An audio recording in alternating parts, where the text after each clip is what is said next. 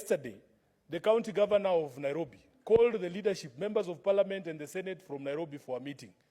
And people were extremely upset to see me in the same room with the governor.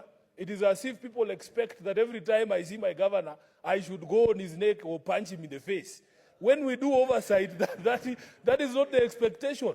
At a time of disaster response, it is very possible for Sifuna to be reasonable and sit across the table to undertake a very detailed conversation on the emergency disaster response that is going to towards assuaging the situation of the people of Nairobi.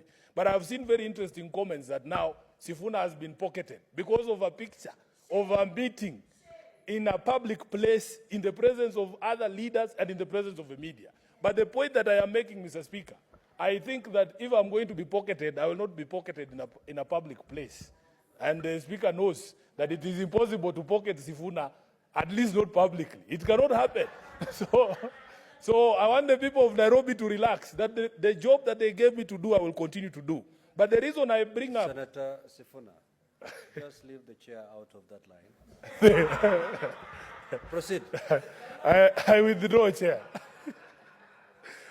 Chair, the point that I was making on the question of disaster is that many of our counties are actually overwhelmed.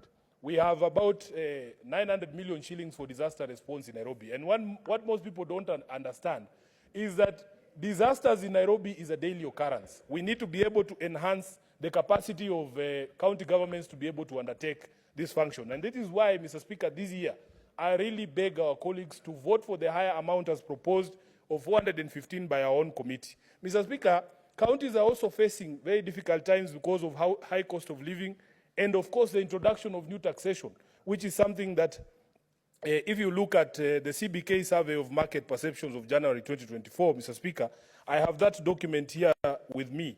And the perception is very grim, that because of the high cost of living, especially the inflationary trends, and because of the increased taxation and increased cost of goods, many of these counties are struggling. And it needs to be factored in the calculation of the final amount that goes to our counties. Mr. Speaker, of course, there is the question of pending bills.